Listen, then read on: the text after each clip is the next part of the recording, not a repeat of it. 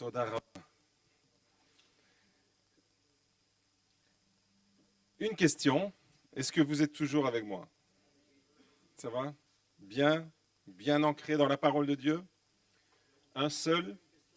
Ouais, on va faire un petit moment question-réponse. Ok. On va entrer dans un sujet passionnant qui traverse toute la Bible et qui arrive jusque dans notre vie de chrétien d'aujourd'hui. Et pour y entrer, je vous pose une question. À votre avis, quel est le centre de tout l'Ancien Testament, de la Première Alliance?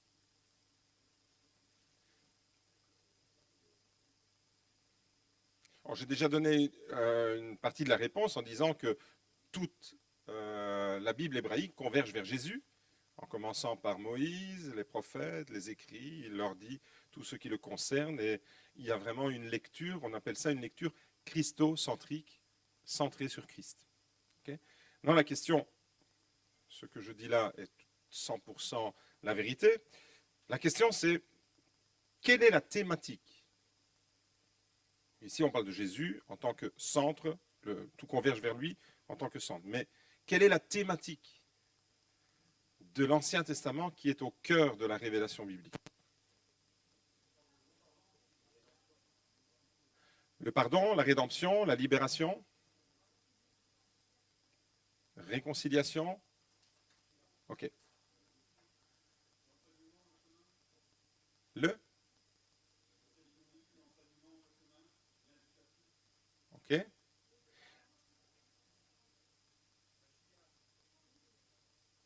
La sanctification, le Mashiach, c'est Jésus. Okay. Alors, on va découvrir qu'à travers les noms que Dieu, à travers lesquels il se présente, en réalité, chaque nom couvre un champ d'action et que chaque action nous responsabilise. Lévitique, c'est juste un verset parmi d'autres. J'aurais pu prendre d'autres versets, mais celui-ci est très bien parce qu'il est concis et en quelques mots, il y a 3 expressions pour désigner un seul et même Dieu. Vous serez saints car moi l'Éternel, je suis moi l'Éternel votre Dieu, je suis saint. Regardez, je suis saint, moi l'Éternel votre Dieu. Lévitique 19, verset 2. Et on a dans cette phrase trois manières de décrire Dieu. On a saint, qui est la traduction de Kadosh. On a l'Éternel, qui est le tétragramme révélé à Moïse, Exode chapitre 3, verset 14. J'irai vers les Israélites, ils me diront, mais quel est son nom? Je suis celui qui suis, Eyeh, Asher, Eyeh. L'Éternel, on va désigner en hébreu par le mot Adonai. Les historiens l'appellent Yahweh. Je proscris la terminologie Jéhovah parce qu'elle est complètement c'est artificiel. C'est prendre des voyelles d'un nom, les combiner avec les consonnes d'un autre nom. Et c'est comme si on prenait les consonnes de mon nom avec les voyelles de mon prénom et on faisait un troisième nom. Et ça ne veut rien dire. Donc Jéhovah, c'est ça. Donc on laisse tomber Jéhovah. L'Éternel, c'est la traduction du tétragramme. Yahweh, c'est le verbe être à la base. Et puis votre Dieu, Dieu c'est Elohim. Okay? 3 façons pour parler d'un seul et même Dieu. C'est lui qui se présente comme Kadosh, comme Adonai et comme Elohim. Okay? Alors ces 3 noms, on retrouve ça ici, parle à toute l'assemblée des enfants d'Israël et tu leur diras, soyez saints car je suis saint, moi l'Éternel votre Dieu. Ok? Daber el kol ahadut bnei Israël ve amarta alahem, etc.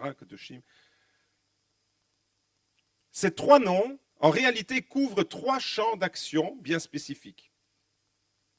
On a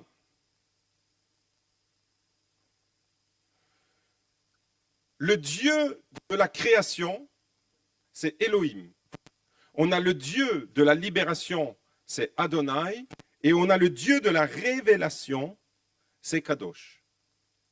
Et quels sont les thèmes qui traversent toute la Bible, Ancien, Nouveau Testament, et qui arrivent jusque nous aujourd'hui?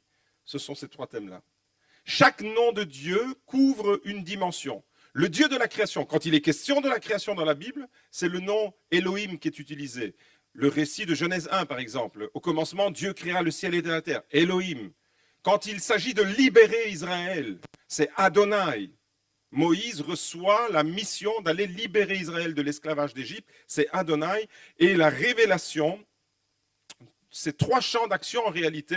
Pour ces 3 champs d'action, regardez ici, on a les 3 noms, Kadosh, Elohim, Adonai. On a le champ d'action de Dieu qui correspond à ce nom, la révélation, la création et la libération. Et dans la première alliance, ce qu'on appelle l'Ancien Testament, on avait des garants pour chacun de ces domaines. Le garant pour la création, le garant, pardon, pour la révélation, c'est le prophète. Le prophète était le garant de la révélation d'Adonai pour Israël. On a le garant de la libération, c'est le roi, où avant les rois, les juges, ils devaient être comme des libérateurs. Les rois en Israël devaient se comporter comme des libérateurs. Et David a été un libérateur, Saül a été avant lui, etc. Et les juges, qui sont des libérateurs, littéralement, devaient libérer le peuple. Et les prêtres, les 3 grandes institutions dans l'Ancien Testament, c'est roi, prophète et prêtre. Et pour chacune de ces institutions, il y a un garant qui couvre un aspect. Le prophète était responsable du divin, le prêtre était responsable du culte et le roi du palais. Pour chacune de ces 3 sphères d'action, si vous voulez, à travers les 3 noms, il y a 3 sphères d'action. Et ces 3 sphères d'action, on les retrouve dans toute l'Écriture. L'Ancien Testament établit des garants pour ces sphères, mais aucun roi n'a été parfait, aucun prêtre n'a été parfait, et Israël a été contaminé par des faux prophètes. Yeshua, Jésus de Nazareth, a été prophète, roi et prêtre à la perfection. Il a recouvert ces 3 champs d'action. Donc dans l'onction messianique qu'il a, il est à la fois le roi, il est le roi des rois, il est le roi des Juifs. C'est comme ça qu'on va venir l'adorer à la naissance. Les mages venus d'Orient viennent et ils cherchent le roi des Juifs. Et quand il meurt, au début de sa vie, il est le roi des Juifs. Et quand il meurt sur la croix, celui-ci était le roi des Juifs. Et la Bible déclare qu'il est le roi des rois, le Seigneur des seigneurs. Il est le véritable roi, celui qui nous libère non pas de l'esclavage, mais du péché. Il est non seulement le prophète, mais il est la parole de Dieu qui s'est incarnée, et il est le prêtre, il est celui qui est entré dans le tabernacle pour offrir son sacrifice, et en même temps, il est l'agneau de Dieu. Il est à la fois celui qui fait l'expiation, et il est la victime pour l'expiation. Okay? Donc retenez bien, création, libération, révélation. À travers les noms que Dieu révèle dans sa parole, le désignant, il y a un champ d'action. Le récit de Genèse 1, par exemple, nous montre les 3 actions premières. Donc, juste un instant ici, les verbes clés pour parler de la révélation, c'est davar, la parole. Pour parler de la création, c'est bara. Pour parler de la libération, c'est hassa. Et on a, yasha, pardon. On a chaque domaine avec des récits spécifiques. Par exemple, Genèse 1, c'est clair, c'est le récit de la création. La thématique principale, c'est la création. Mais chaque fois qu'il y a un thème dans la Bible qui est abordé, les 2 autres thèmes sont pas loin. Dieu crée, mais en même temps, Dieu libère et Dieu se révèle. À travers Genèse 1, la thématique principale, c'est la création, mais on a un Dieu qui libère la création du chaos, de ce qui est tohu-bohu, des ténèbres. Et comment il le fait? En se révélant, en parlant. Vous voyez? La création, c'est le thème principal, mais juste à côté, il y a le thème de la libération et le thème de la révélation. Et on découvre que le récit de la création, il est structuré en 10 paroles. On a 10 paroles pour la création, qu'on retrouve 10 paroles avec Moïse au Sinaï, le décalogue, 10 paroles. Et on a les 10 plaies d'Égypte. Ça va par 10. Et on a les 10 plaies d'Égypte qui nous parlent de la libération, et on a les 10 paroles sur le Sinaï qui nous parlent de la révélation.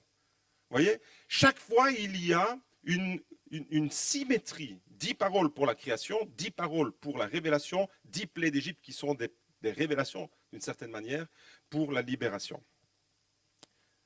Le thème de la révélation, c'est le thème qui nous met dans le monde du surnaturel, de la pensée prophétique, de la révélation de Dieu. C'est le prophète de Kadosh qui nous parle de cela. Et en contrepartie, l'opposé de la parole, c'est le silence.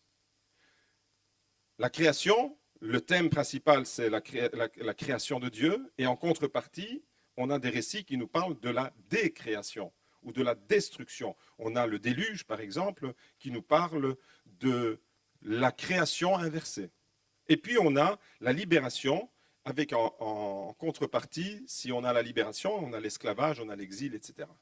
Donc on retient que à travers les noms, chacun des noms de Dieu couvre un champ d'action, et pour chaque champ d'action, on a un programme d'action. Parce que quand Dieu se révèle, c'est pour que ça devienne un programme d'action pour nous.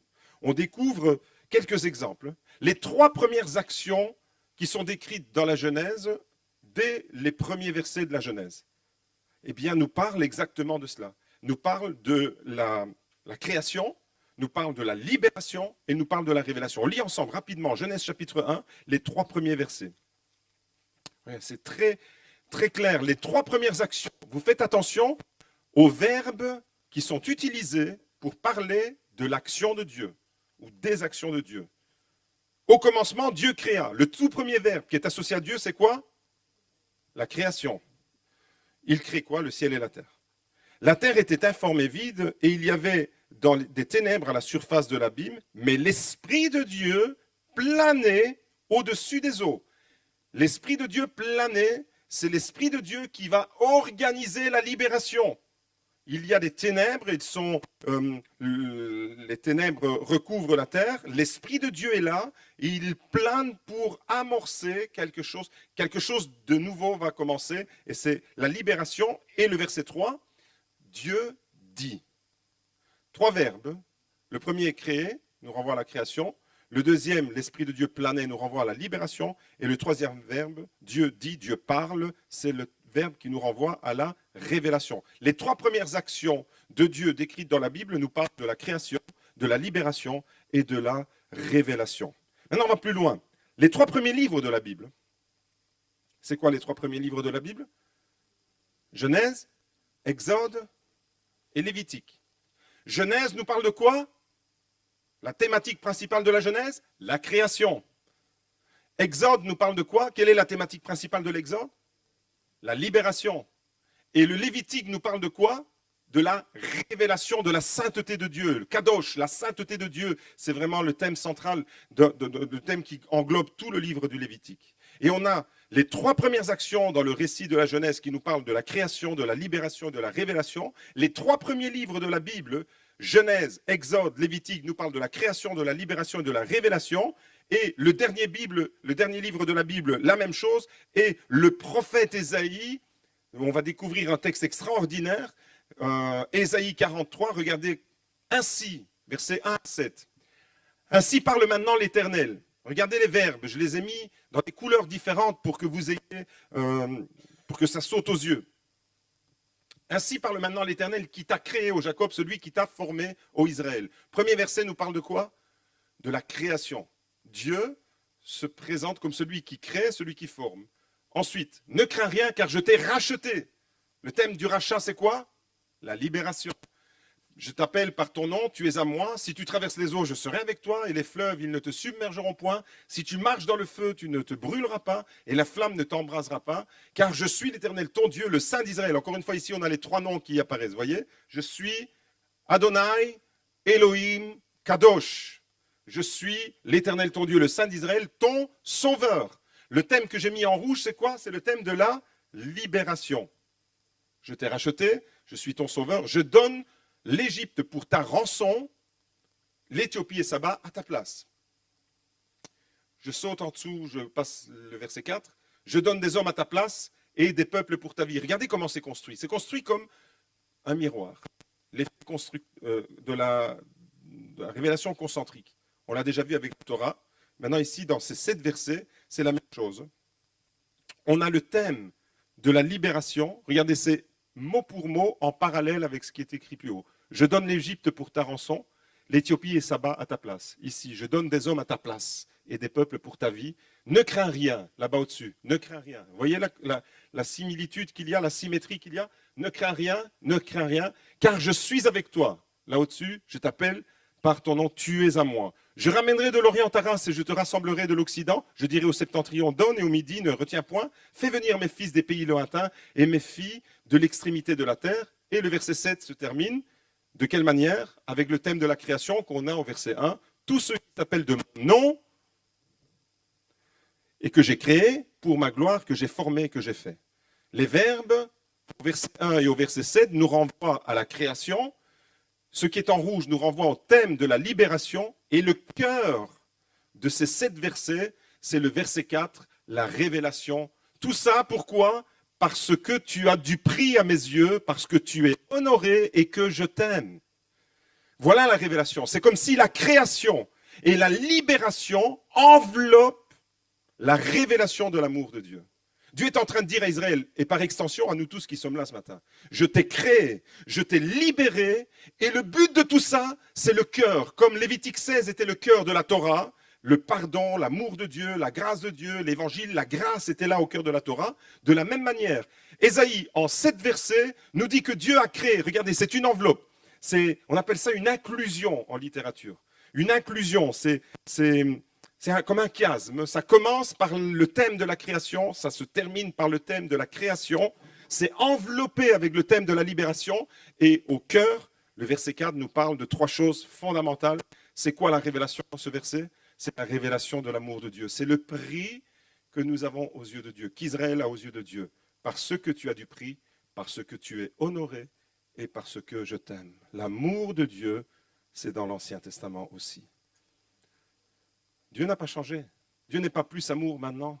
Il a accompli tout ce dont il devait accomplir pour manifester à la perfection le salut pour l'humanité. Mais l'amour de Dieu, Dieu est immuable, inchangeable. Et donc les noms vont parler d'une sphère d'action. Dans chaque sphère d'action, il y a des garants, le prêtre, le roi et le prophète. Et maintenant nous. Eh bien nous, en tant que chrétiens, nous, en tant qu'Église, on doit s'inscrire dans ça. On doit agir.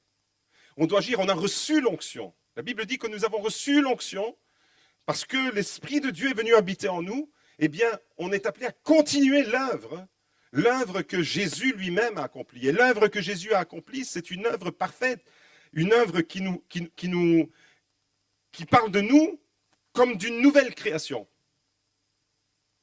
Il parle de nous comme des hommes et des femmes qui ont été libérés du péché.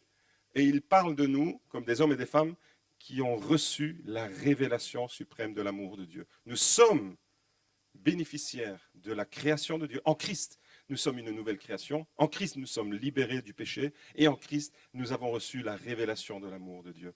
Et maintenant, on doit marcher dans ces 3 sphères. Dieu a établi des sphères d'action. Dans chaque texte de la Bible, j'ai envie de dire même dans chaque section de la Bible,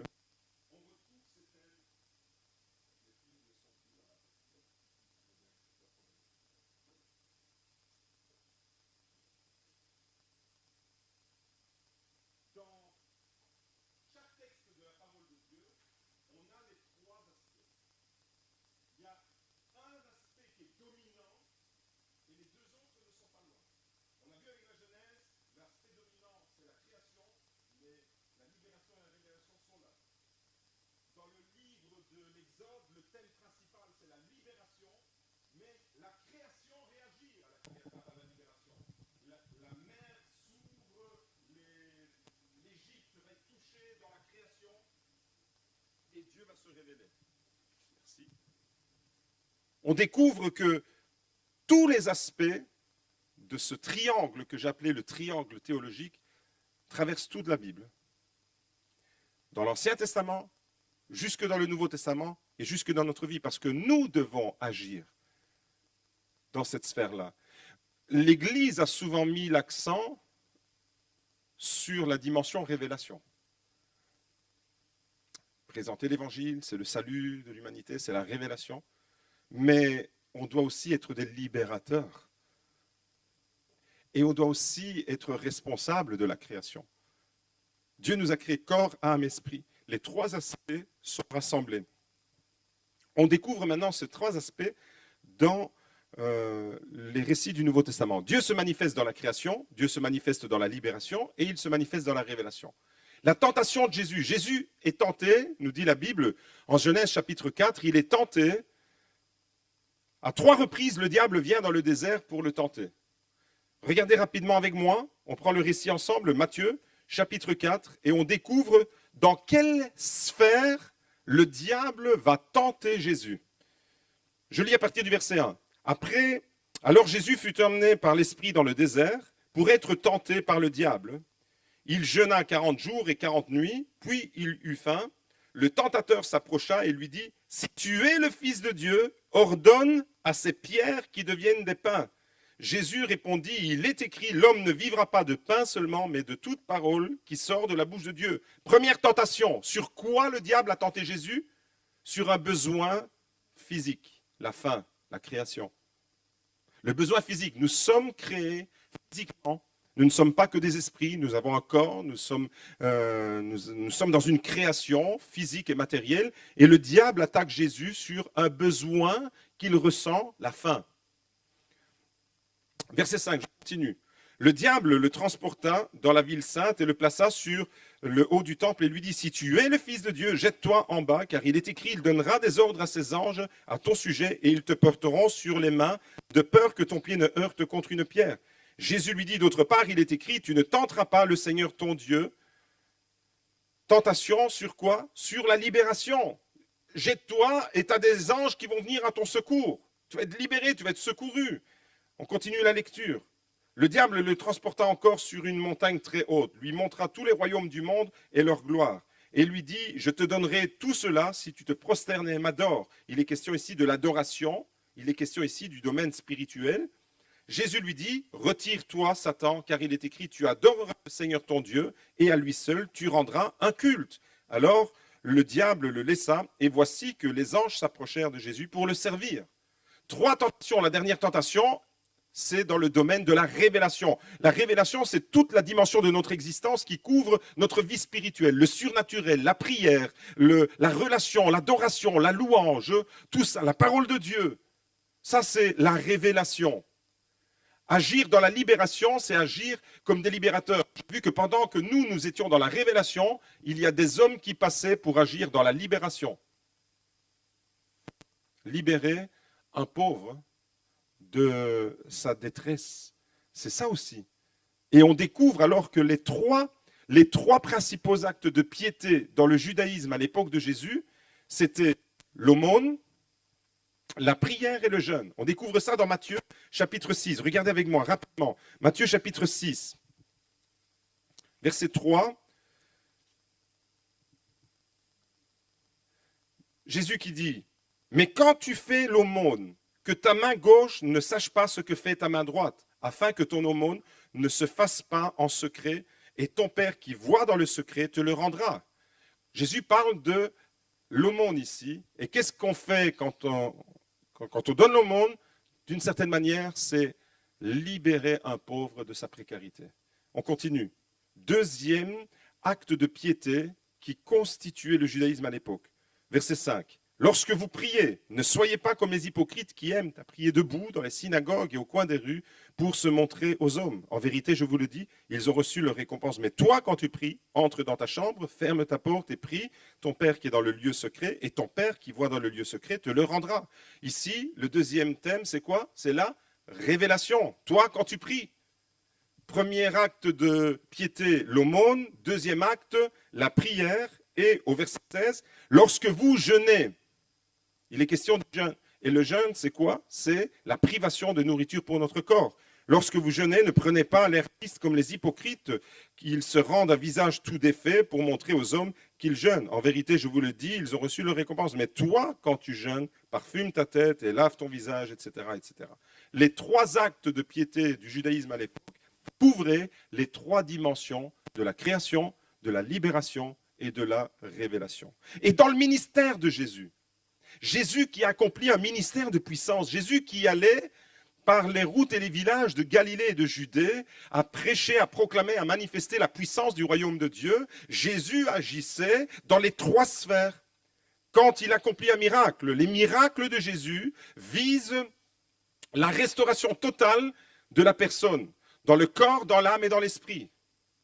Les trois dimensions. Et on découvre que les miracles de Jésus, en réalité, ne sont pas simplement un miracle pour agir sur un domaine, mais ils dévoilent l'ensemble de toutes les dimensions de la personne. On découvre deux récits. Le premier, celui de Marc chapitre 25, le récit de la femme qui est atteinte d'une perte de sang.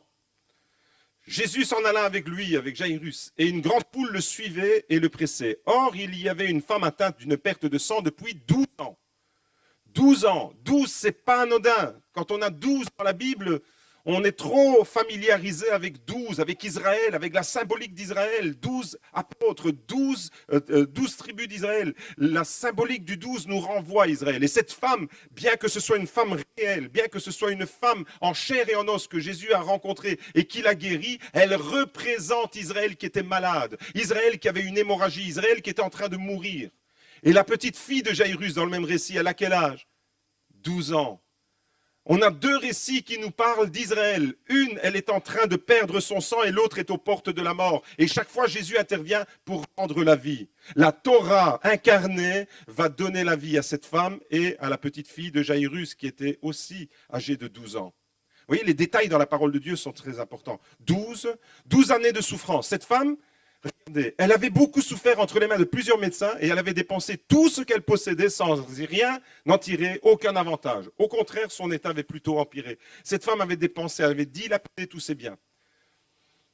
Ayant entendu parler de Jésus, elle vint dans la foule de derrière et toucha son vêtement, car elle disait, si je puis seulement toucher ses vêtements.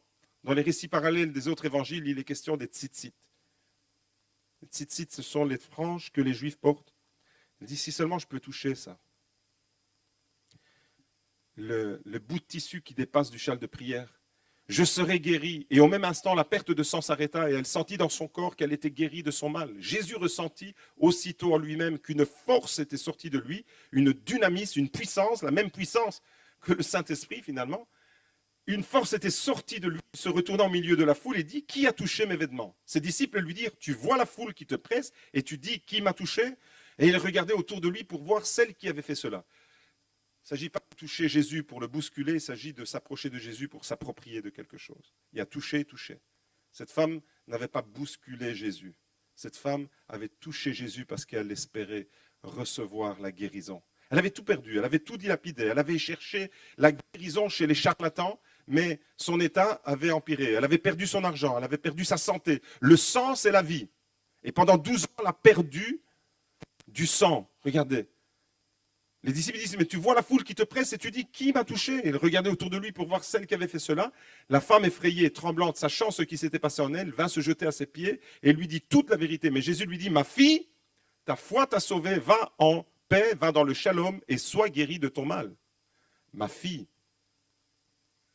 Est-ce que Jésus se transforme en bon prêtre catholique qui appelle les gens, mon enfant, ma fille? Sûrement pas. Pourquoi Jésus dit-il à cette femme, ma fille? Lecture corrélative. L'expression « ma fille », c'est une expression qui est dans la bouche de Dieu pour parler d'Israël, à travers le prophète Jérémie. On découvre ça ensemble. Prenez avec moi Jérémie.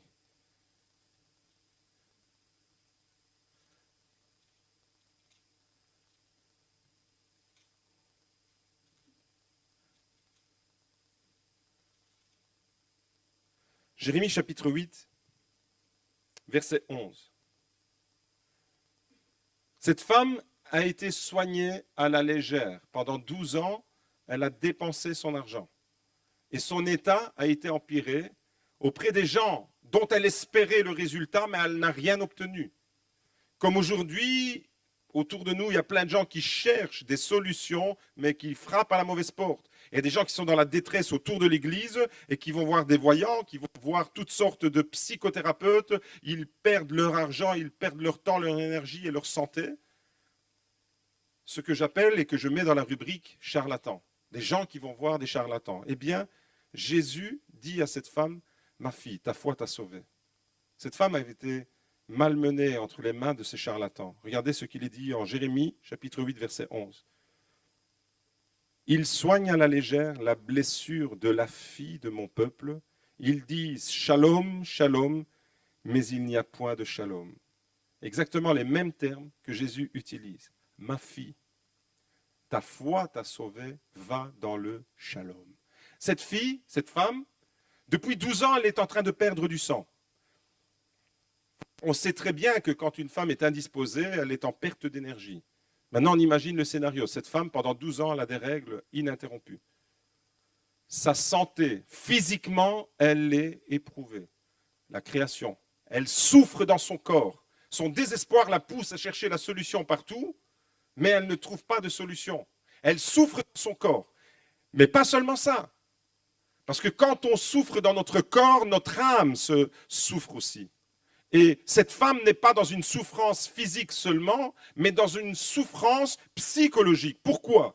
Parce que cette femme, elle est exclusive. La Bible ne le dit pas, mais imaginons qu'elle était mariée à cause de cette indisposition, de cette perte de sang depuis 12 ans. Elle ne pouvait plus avoir de rapport intime avec son mari. Cette femme, elle était d'une certaine manière condamnée et exclue de la société. Personne ne pouvait la toucher parce qu'elle était considérée comme impure. Donc cette femme, elle souffre dans la sphère de la création, son corps physique a mal, elle souffre, mais elle souffre aussi dans la sphère de son âme. Elle est psychologiquement, elle est affaiblie. Pourquoi ? Parce qu'elle souffre de ce rejet, de cette mise à l'écart. Elle ne pouvait plus avoir de relation intime si elle était mariée avec son mari. Personne ne pouvait plus la toucher. Depuis 12 ans, personne ne pouvait la toucher parce qu'elle était impure. Et en plus de ça, à cause de cette perte de sang, elle ne pouvait même plus aller au temple de Jérusalem où elle ne pouvait plus être dans la présence de Dieu. Cette femme, elle souffre dans les 3 sphères. Elle souffre dans son corps, elle souffre dans la sphère de la libération, dans le sens qu'elle est exclue de la société, et elle souffre dans la sphère de la révélation, dans le sens qu'elle ne peut même plus s'approcher du temple de Dieu. Mais quand Jésus intervient dans la vie de cette femme, Jésus va rétablir tous les paramètres, Jésus va agir dans sa santé. À l'instant même où elle touche les bords de son vêtement, toucher les bords de son vêtement, la Torah nous dit que les tzitzit, ils avaient une fonction bien particulière. C'était de nous renvoyer à la parole de Dieu. Cette femme revient à la parole de Dieu et elle reconnaît en Jésus celui qui est la parole incarnée. Et dès l'instant, Jésus va agir sur sa souffrance physique. Cette femme, quand Jésus la guérit, il la rétablit dans chacune des 3 sphères. Dans la création, dans la libération. Il va la libérer de ce mal de société pour laquelle elle était en souffrance et écartée, et il va la rétablir. Elle peut maintenant remonter à la maison de l'Éternel pour adorer. Le miracle de Jésus restaure dans toutes les dimensions. C'était pour les femmes. Les hommes, ne soyez pas jaloux, parce qu'il y en a pour vous aussi. Marc chapitre 10. Marc chapitre 10, ils arrivèrent à Jéricho, et lorsque Jésus en sortit avec ses disciples, une assez grande foule, un mendiant aveugle, Bartimée, fils de Timée. C'est une redondance. Bartimée, ça veut dire fils de Timée. Okay ? Donc c'est comme si on avait 2 fois la même chose, sauf qu'une fois c'est écrit Bartimée, la deuxième fois il est écrit fils de Timée. Bartimée, en araméen, bar ça veut dire fils, Timée, tamé ça veut dire impur. Ce nom dit quelque chose d'étrange par rapport à cet homme. Moi je dis toujours quand je lis ce texte et que je le prêche, je dis si mes parents m'avaient appelé Bartimée, je leur mettais un procès. Parce que Bartimée, c'est fils impur.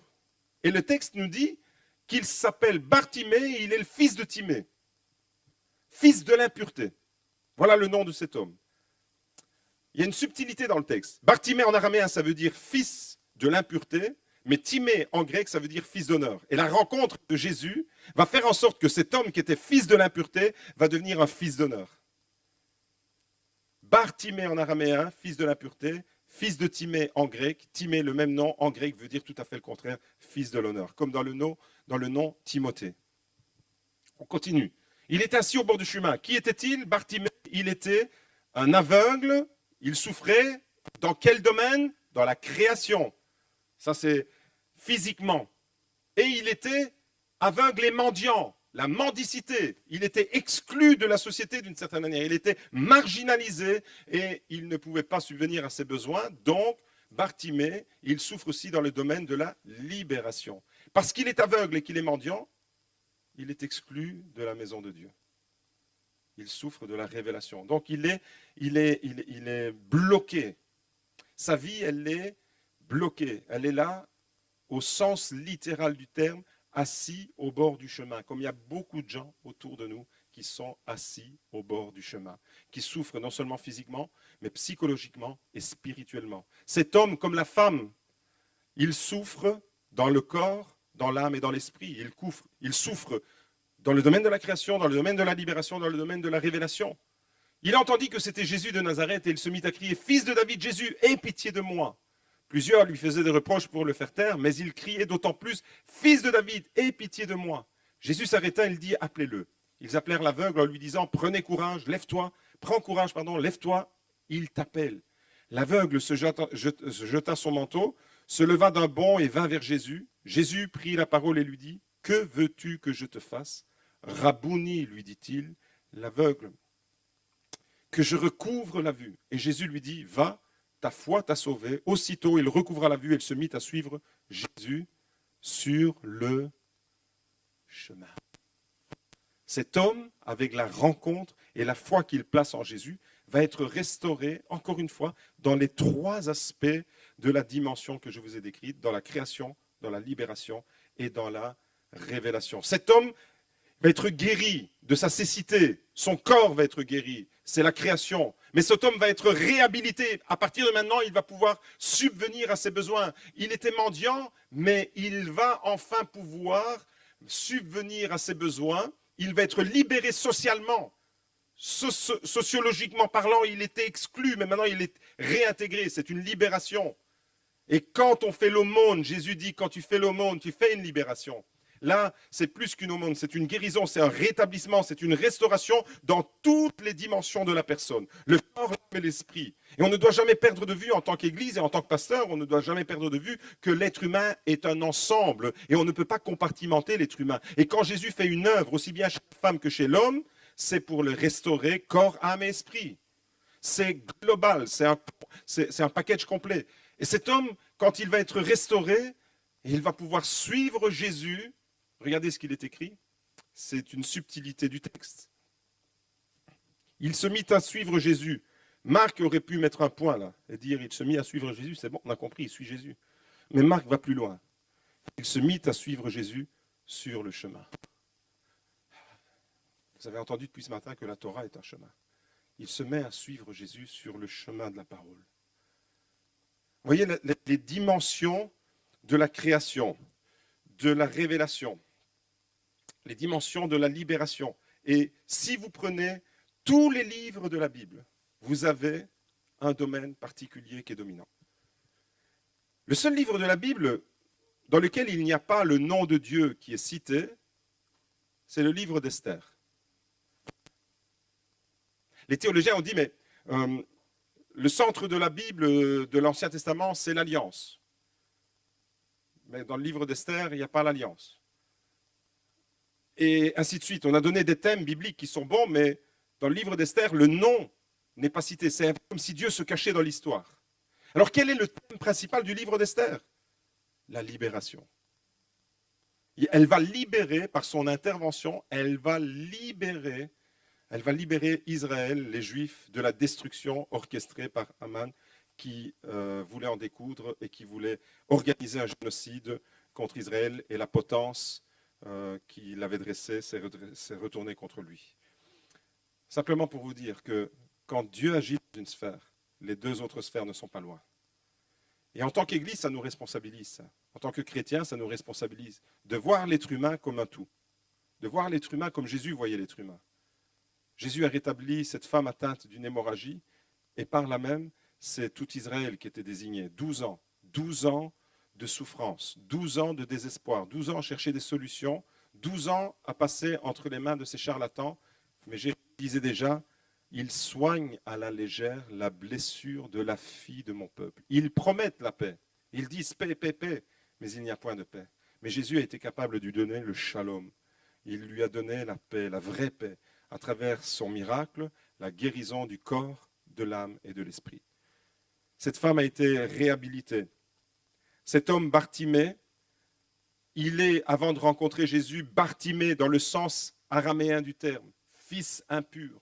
Il vit dans l'impureté, il a été conçu probablement dans l'impureté. Mais la rencontre de Jésus remet les paramètres à zéro. Et il y a un nouveau départ pour cet homme. C'est ça l'évangile. L'évangile, c'est de donner la possibilité à n'importe qui de redémarrer, quel que soit ton passé, quel que soit le vécu de Bartimée, cet homme va pouvoir maintenant, alors qu'il est exclu dans toutes les dimensions de son existence, il va être réhabilité dans toutes les dimensions de son existence. Je ne sais pas quelle heure il est 11h36, et le prochain thème que je voulais aborder avec vous, c'est le tabernacle. Je sais que vous allez l'aborder. Alors, je vais développer simplement quelques aspects. Vous allez l'aborder dans le cadre du cours avec le livre de l'Exode. Mais j'aimerais juste situer quelques points avec le tabernacle. Je ne vais pas parler du livre de l'Exode en soi, etc. Le tabernacle, on a vu ensemble que le cœur de la Torah, ça se passe, géographiquement parlant, le cœur de la Torah, ça se passe au Sinaï. Quand vous prenez la partie centrale de la Torah, tout le récit, à partir d'Exode 19, Israël arrive au Sinaï, au verset 1, jusque Nombre, chapitre 10, tout ça se passe au Sinaï. Tout le Lévitique est révélé au Sinaï. 50 jours après la sortie d'Égypte, Israël est au Sinaï, Israël reçoit la Torah. Shavuot, Pentecôte. Et donc, on a le cœur de la Torah qui se passe au Sinaï. Au cœur du Sinaï, qu'est-ce qu'on a? On a le Lévitique et le tabernacle. Et au cœur du tabernacle, on a le Yom Kippour, le jour du pardon, la grâce de Dieu. Ça, on a vu ça tout à l'heure. Et je voudrais simplement que vous regardiez comment c'est structuré. Donc, la partie centrale de la Torah nous parle, bien sûr, du Lévitique 16, du pardon, mais tout ça s'inscrit dans le tabernacle. Donc c'est vraiment quelque chose de très important qui se trouve au cœur même de la Torah. Alors le tabernacle, c'est ça. C'est ça le tabernacle. C'est l'habitation de Dieu mobile. En hébreu, Mishkan. Les trois parties dont j'ai parlé tout à l'heure quand j'ai parlé de l'évangile de Jean, le parvis, tout court-ci, le lieu saint et à l'intérieur le lieu très saint. Trois parties bien distinctes avec des fonctions particulières. Le tabernacle, chacune de ces trois parties correspond à chacune des trois grandes fêtes du calendrier biblique. Les fêtes qui sont au nombre de trois, qui sont les fêtes dites de pèlerinage où les Israélites devaient se rendre à Jérusalem quand le temple allait être construit, nous parle des trois dimensions. Et vous allez voir qu'en Jésus, les trois dimensions, elles sont complètement accomplies. On a le parvis, et dans le parvis, on a découvert qu'il y avait l'autel des sacrifices, la cuve des reins. Ensuite, dans le lieu saint, il y a la table avec les provisions en abondance, les pains de proposition, chandelier. Et on a le voile, et de l'autre côté du voile, le lieu très saint, avec la gloire de Dieu qui se manifeste dans la Shekinah. Ça, c'est le tabernacle, les trois parties du tabernacle, avec le parvis. Dès que l'Israélite rentrait, par la porte, une seule porte, qui représente Jésus, on a directement le sacrifice. L'annonce de l'Évangile nous dit « Venez à moi », c'est Jésus. Et directement, on est devant le sacrifice. Ici, c'est la croix. Et tout de suite après, on a la cuve des reins, les ablutions. C'est tu t'engages à travers le baptême. Et tu es introduit, tu vas toujours plus loin. Tu es introduit à travers le sacrifice de Jésus, tu es introduit dans l'intimité. Et là, dans l'intimité, tu as un chandelier qui devait être constamment allumé, qui devait être réapprovisionné en huile, le Saint-Esprit, et tout ça culmine vers la gloire, la Shekinah, et c'était cyclique. Les Israélites devaient faire ça. Donc, le tabernacle nous parle de quelque chose qui occupe un espace. Notre existence, elle est inscrite dans le temps et dans l'espace. C'est-à-dire aujourd'hui, je suis avec vous ici, je suis dans cet espace et je ne peux pas être ailleurs au même moment. Donc dans ce temps présent, je suis avec vous ici. Vous êtes avec moi ici, vous ne pouvez pas être ailleurs. Dieu, lui, est omniprésent parce qu'il est au-delà du temps et de l'espace. Le tabernacle nous parle de l'espace et les fêtes instituées dans la Torah nous parlent de la chronologie, du temps. Et vous allez découvrir que les trois aspects du tabernacle nous renvoient aux trois grandes fêtes. Regardez, si dans le parvis, il y avait l'autel des sacrifices, c'était dans le parvis, ça nous parle de la rédemption et de la purification. La première fête pour Israël, c'était Pessah, Pâques. Et au premier mois, Pâques, c'est le sacrifice de l'agneau, la sortie d'Égypte. Première fête. La deuxième fête, c'est Pentecôte. Et Pentecôte, Shavuot, c'est au troisième mois, 50 jours après la sortie d'Égypte, Israël arrive au Sinaï et reçoit la parole de Dieu, la Torah, sur le Sinaï. Et dans ce lieu saint, il y a une provision en abondance. Dans le Nouveau Testament, Actes chapitre 2, le jour de la Pentecôte, le Saint-Esprit descend, des langues de feu se déposent sur les disciples, se mettent tous à parler en langue, et là, l'Église est enflammée. L'Église, au même titre qu'Israël, est le peuple du feu. Israël a été constitué au Sinaï par le feu du ciel qui est descendu sur la montagne. Le feu de Dieu est descendu et Israël a été constitué en tant que peuple de Dieu. Et l'Église, dans la Nouvelle Alliance, a été aussi impactée par le feu du ciel, par le feu du Saint-Esprit. Et c'est à partir de ce moment-là que les disciples sont sortis dans les rues de Jérusalem pour annoncer l'Évangile. Et puis, il y a un voile. Parce que les deux fêtes sont premier mois, troisième mois. Et tout au long de l'été, il n'y a pas de fête dans le calendrier hébreu. C'est seulement au 7e mois qu'il y a la troisième fête qu'on appelle Sukkot, ou la fête des cabanes, la fête des huttes, qu'on appelle aussi la fête des tabernacles. 7e mois, et là, cette fête, elle culmine vers la gloire. Et d'une certaine manière, en tant qu'enfants de Dieu, en tant que chrétiens, nous sommes des chrétiens de la croix, nous sommes des chrétiens du feu du Saint-Esprit, et nous sommes des chrétiens de la gloire de Dieu. Et les trois fêtes, Pessah, Shavuot et Sukkot, dit en français Pâques, Pentecôte et la fête des cabanes ou la fête des huttes, eh bien, nous renvoient à ce cycle. Je dois passer par la croix, je dois être approvisionné par le Saint-Esprit et je dois marcher vers la gloire de Dieu. Et je dois passer par la croix, être rempli constamment du Saint-Esprit et rechercher la gloire de Dieu. Et c'est cyclique. Et si, d'une certaine manière, on a vu tout à l'heure avec les commandements, les 613 commandements, qu'ils couvraient le temps, 365 jours, et tout l'être, les membres du corps, vous vous rappelez quand on a vu les 613 commandements subdivisés en commandements positifs et négatifs, eh bien ici, les fêtes qui viennent se marier, qui viennent épouser le tabernacle. Le tabernacle, d'un point de vue spatial, correspond à la manière dont Dieu a structuré le temps. Les trois fêtes les plus importantes. Nous sommes le peuple de Dieu et nous sommes dans le calendrier chrétien. Pâques, de façon assez évidente, existe parce que si pour Israël c'est la sortie d'Égypte, pour nous c'est la sortie de l'esclavage, de la mort, à travers le sacrifice de l'agneau, à travers Jésus. Dans n'importe quel de vos calendriers, Pâques existe quelque part. Ça a été repris. Dans la chrétienté en général, ça a été repris. Pentecôte, la même chose. Si pour Israël, Pentecôte, c'est le feu de Dieu qui descend sur la montagne, l'alliance scellée avec Israël, la Torah qui est donnée à Israël, qui va être constitutive d'Israël, dans la nouvelle alliance, on a la Pentecôte qui existe bel et bien, et aujourd'hui encore, dans n'importe quel calendrier, on a la Pentecôte. Mais qu'est-ce qu'il en est de Sukkot ? Sukkot, on n'a pas retrouvé ça dans le calendrier chrétien, et c'est une fête qui s'est perdue comme ça. Est-ce qu'elle s'est vraiment perdue ? Sukkot n'est pas encore tout à fait accomplie. Voilà pourquoi elle n'est pas tout à fait évidente pour nous. Parce que nous allons vers Sukkot. Sukkot, c'est une fête particulière. Sukkot, c'est une fête qui, pendant 7 jours, les Israélites doivent vivre sous des cabanes. Pour ceux qui vont en Israël, est-ce qu'il y a des gens qui sont déjà allés en Israël ce matin ? Est-ce que vous êtes déjà allés à Sukkot ? C'est merveilleux, parce que vous voyez toutes les maisons, dans toutes les terrasses, il y a des cabanes qui sont construites, des soukas en hébreu, Souka au singulier et au pluriel Sukkot.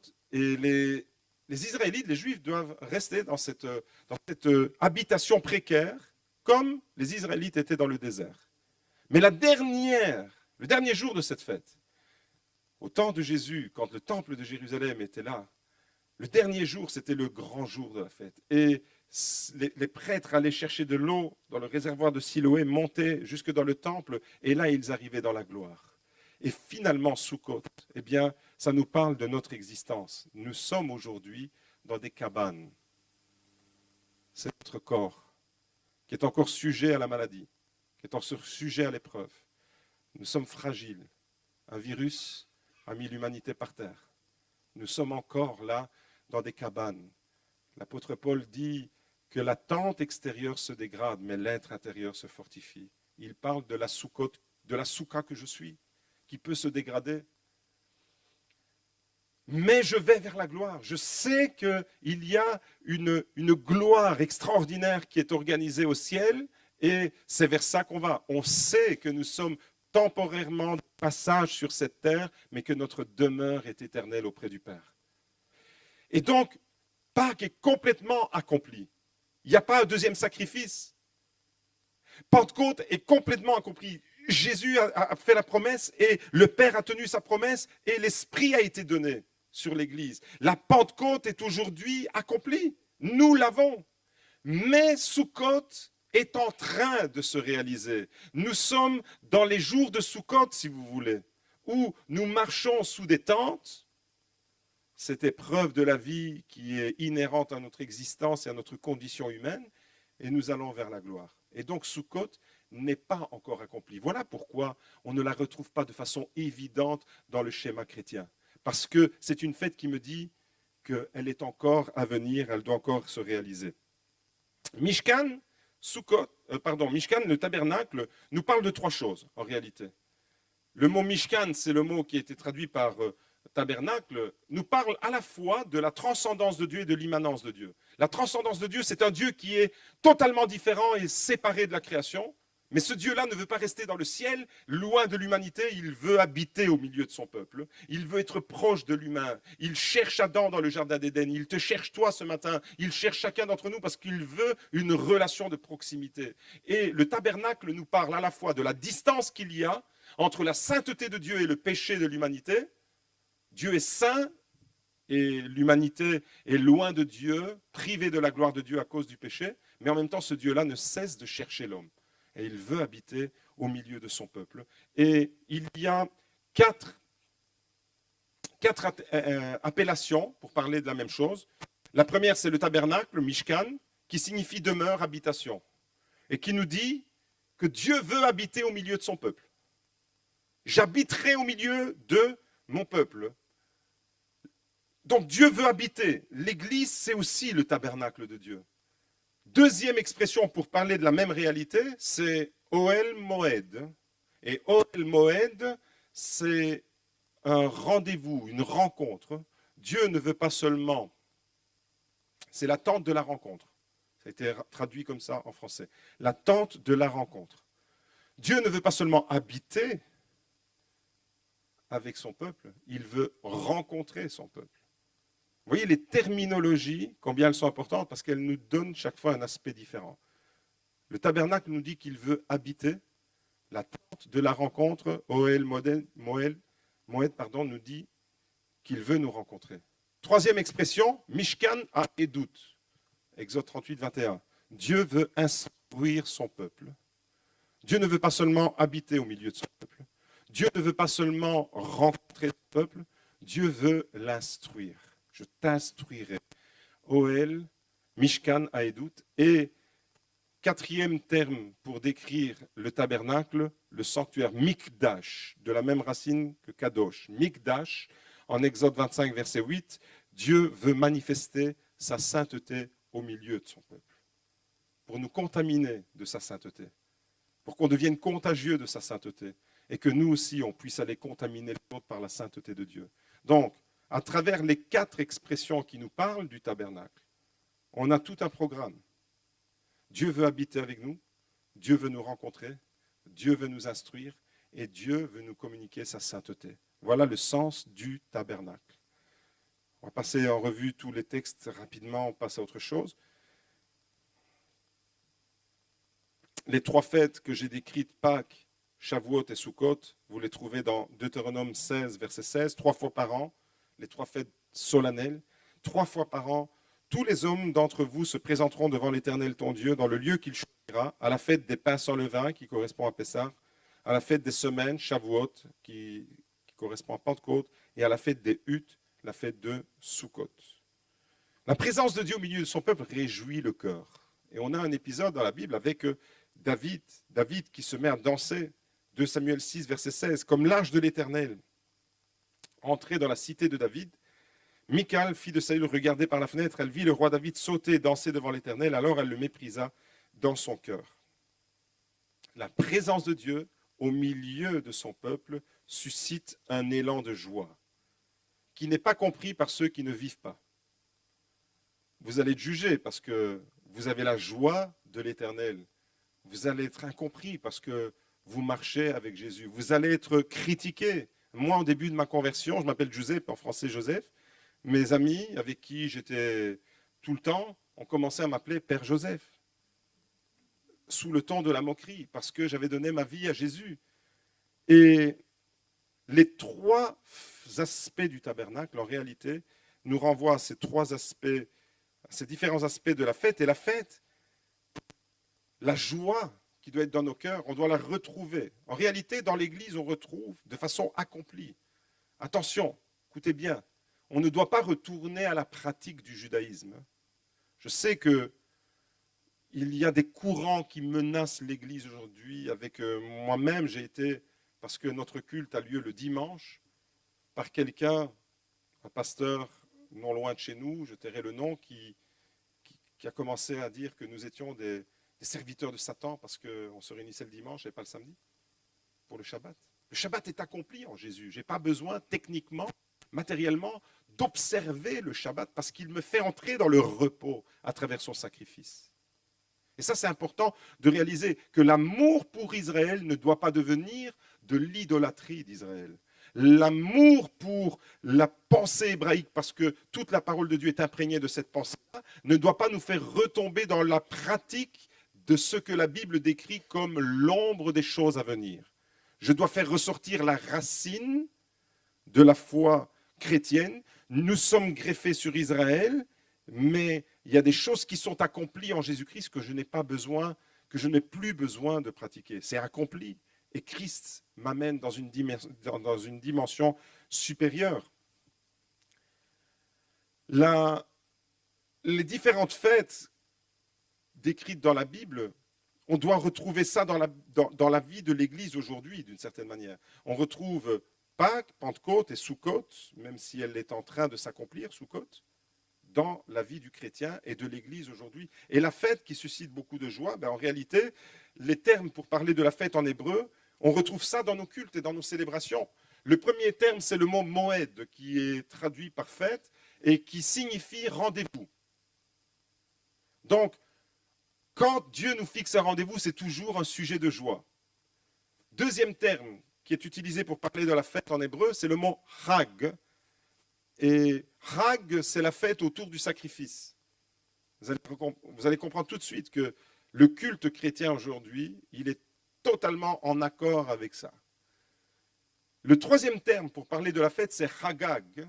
Et Chagag, c'est une célébration avec un élan de joie, de louange autour du sacrifice. C'est exactement ce que nous faisons lorsque nous sommes rassemblés en église pour louer l'Éternel, pour l'adorer, pour le remercier autour du sacrifice. Et le 4e et dernier terme qui est utilisé dans la Bible pour parler de la fête, c'est Mishté. Et Mishté, c'est un festin. C'est d'ailleurs ce que Jésus lui-même nous a promis et qui prépare. Les noces de l'agneau, c'est un Mishté. C'est un festin, un banquet. Et la Sainte Seine, c'est juste l'apéritif. L'apéritif d'un repas qu'on aura dans le ciel avec l'agneau, quand l'épouse sera avec l'époux. Alors, n'oubliez pas que quand on prend la Sainte Seine, on est déjà dans les prémices de ce michté, mais on est juste à l'apéro. Parce que vraiment, ce qui nous attend dans la gloire, c'est d'être dans le michté définitif. Et donc, quand on célèbre Dieu, Quand on célèbre Dieu le dimanche, demain on sera ensemble pour célébrer Dieu, pour louer son nom, pour le remercier. On se réjouira. C'est un rendez-vous que Dieu nous fixe. Il structure notre temps. De la même manière que le tabernacle structure l'espace, le calendrier des fêtes structurait le temps d'Israël, mais notre temps est structuré. Il nous fixe un rendez-vous autour du sacrifice de son Fils. Il va y avoir une célébration où tout le peuple de Dieu va remercier. On va tous dire merci. C'est peut-être le micro qui me dit que tu as assez parlé. On va tous remercier le Seigneur. Les piles ne sont pour le sacrifice que Jésus a accompli. Et on va se réjouir ensemble. Et le festin, ça implique de la nourriture.